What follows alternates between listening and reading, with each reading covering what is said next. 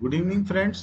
आज हम लोग जो स्टडी कर रहे हैं एपीयू एग्जाम 2022 के लिए इंडियन पैनल कोड 1860 के रिगार्डिंग पढ़ रहे हैं। तो अभी एक चीज़ हम आप लोगों को बताना चाहते हैं कि बेसिकली हम लोग एमसीक्यूज पे कंसर्न करते हैं और उसको पढ़ते भी हैं और ज़्यादा से ज़्यादा पढ़ने का प्रयास करते हैं और याद करने का प्रयास करते हैं कि हमें ज़्यादा से ज़्यादा एमसीक्यूज याद हो जाएं और इम्पोर्टेंट क्वेश्चंस हम लोग पढ़ लें, वो हमारे एग्जाम में आ जाए। तो ये आप लोगों की गलती है। अभी आपने करना क्या है कि जो इम्पोर्टेंट टॉपिक्स हैं उनको आप स्टडी करिए, पहले कॉन्सेप्ट को विजुलाइज करिए, कॉन्सेप्ट को क्लियर करिए। जब आपका कॉन्सेप्ट क्लियर हो जाएगा तो एमसीक्यूज भी बड़ी इजीली सॉल्व हो जाएंगे। जैसे लास्ट सेशन में हमने आपको इंट्रोडक्शन टू आईपीसी पढ़ाया था, कुछ इम्पोर्टेंट सेक्शंस पढ़ाई थी, कुछ डेफिनेशंस पढ़ाई थी और उनके ऊपर एक छोटा सा हमने एमसीक्यूज तैयार किया हुआ है। वो हम आप लोगों के साथ डिस्कस कर लेते हैं, जिससे आपको क्लियरिटी हो जाएगी कि कैसे पढ़ना चाहिए। ठीक। अभी ये देखिए, पहला क्वेश्चन है भारतीय दंड संहिता क्या है।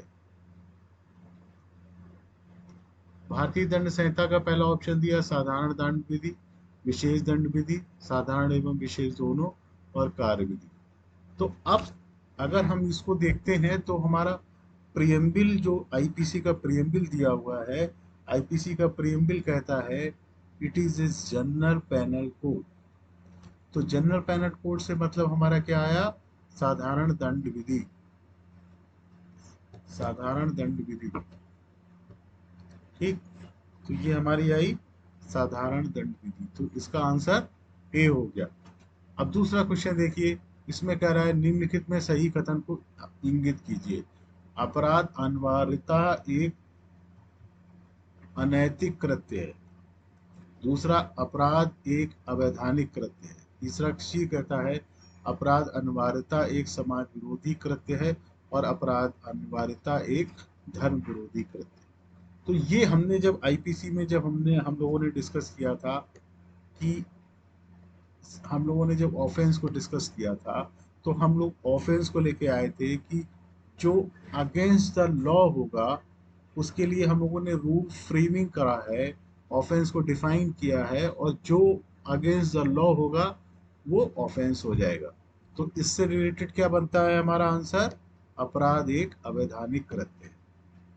नेक्स्ट आता है निम्नलिखित में से कौन सा चार अपराध की चार अवस्थाओं के सही क्रम को दर्शाता है। इसके लिए एक शॉर्टकट हम बताते हैं, आप इसे लिखिए आई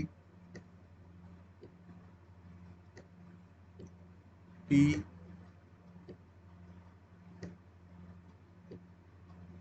ए और सी।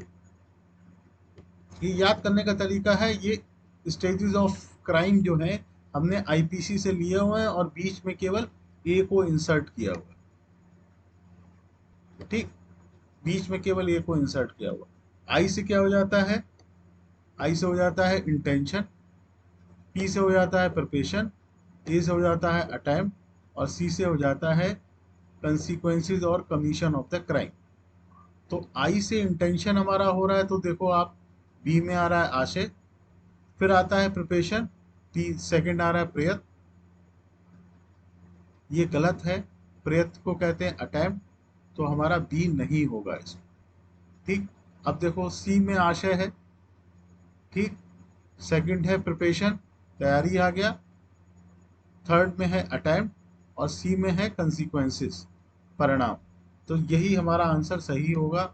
और स्टेजेस ऑफ क्राइम को याद करने के लिए आप इस शॉर्ट फार्मूला को याद रखिए, IPAC, intention, preparation, attempt and consequences और कमीशन ऑफ द क्राइम, कुछ भी हो सकता है। अब ये जो क्वेश्चन रिलेट करता है कि आपराधिक विधि के प्रति प्रतिकृत्यात्मक दृष्टिकोण को उजागर किया है। ठीक। तो आपराधिक विधि के प्रति कृत्यात्मक दृष्टिकोण को जो उजागर किया है उसके लिए एक बेसिक आप लोग बात समझो कि ये आपराधिक विधि जो बनी, इंडियन पैनल कोड बना, ये कब बना, 1860 में। तो जब 1860 में बना तो भारत का विधि आयोग नहीं था, भारत का सर्वोच्च आयोग भी नहीं था, संयुक्त राज्य अमेरिका से उसका कोई कंसर्न नहीं है, इसलिए राइट आंसर क्या हुआ, इंग्लैंड की वुल्फेंडन समिति। और this is the right answer कि इंग्लैंड की वुल्फेंडन समिति ने आपराधिक विधि के प्रति तथ्यात्मक दृष्टिकोण को उजागर किया।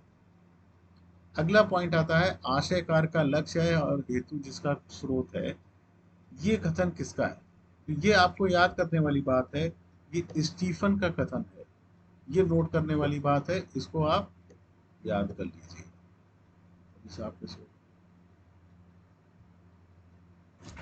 नेक्स्ट क्वेश्चन देखिए, निम्नलिखित में अपराध के लिए क्या आवश्यक नहीं?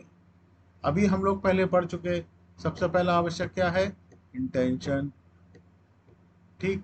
फिर हम लोगों का क्या था, प्रिपरेशन, अटेम्प्ट एंड कंसिक्वेंसेस। यहाँ पर हम लोगों के लिए क्या है, आवश्यक क्या नहीं है? तो हमें आवश्यक है आशय आवश्यक है, उद्देश्य भी, ऑब्जेक्ट भी होना चाहिए, वर्जित कार्य भी, और कार्य के लिए दंड।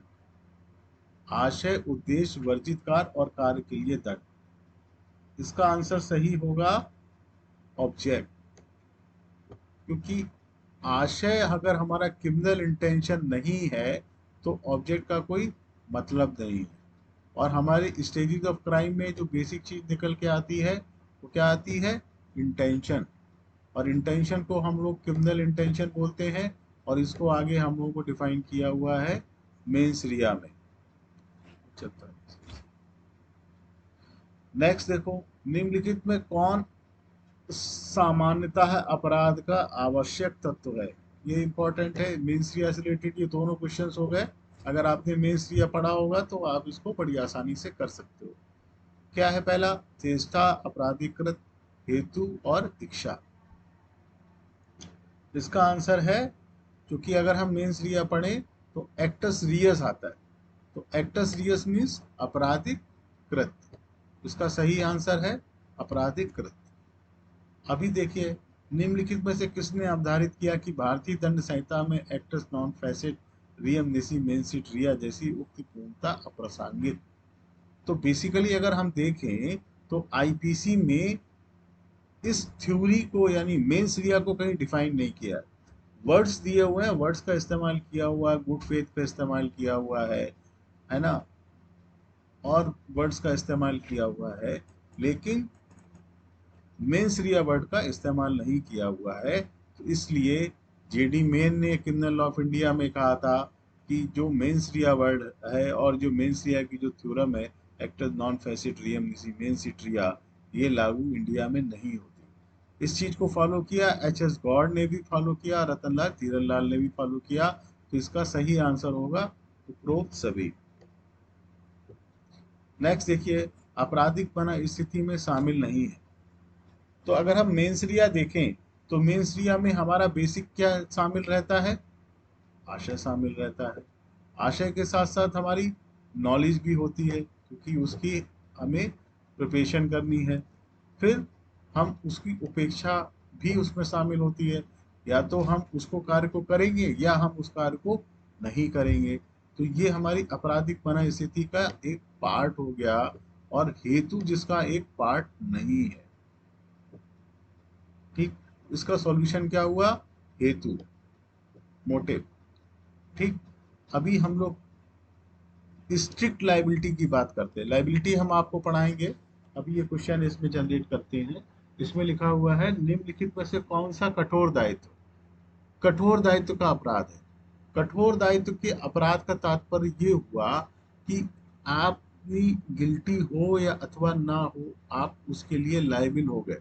उसमें आपने जैसे चोरी करने के लिए आपने अटेम्प्ट किया और आपको कोई चीज नहीं मिली, तो अटेम्प्ट टू थेफ्ट में भी आपको अपराध दिया जाएगा। आपने कोई बक्से को तोड़ा, उस बक्से में ज्वेलरी समझ के उस बक्से को तोड़ा और वो बक्सा खाली निकला, तो अटेम्प्ट टू थेफ्ट के अंतर्गत आप अपराध के दोषी हैं।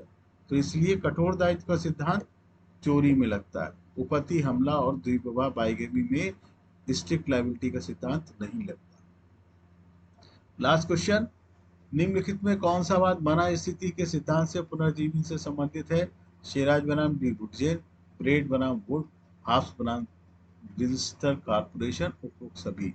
तो मेंस रिया से रिलेटेड जिसमें कि हमारा इस मेंस रिया की थ्योरी को, एक्टस नॉन फेसिड रियम इसी मेंस रिया को दोबारा उसको एनालाइज किया गया। ये केस ला था ब्रेड बनाम वुड। ये आप लोग ध्यान में रखिए और ये अपने दिमाग में कॉन्सेप्ट बना के रखिए कि आप जो भी सेक्शन पढ़ रहे हैं, जो भी कॉन्सेप्ट पढ़ रहे हैं, उस कॉन्सेप्ट से रिलेटेड जो भी ऑब्जेक्टिव क्वेश्चंस हैं वो आप करिए। तो नेक्स्ट सेशन में हम लायबिलिटीज के बारे में स्टडी करेंगे। Okay, thank you.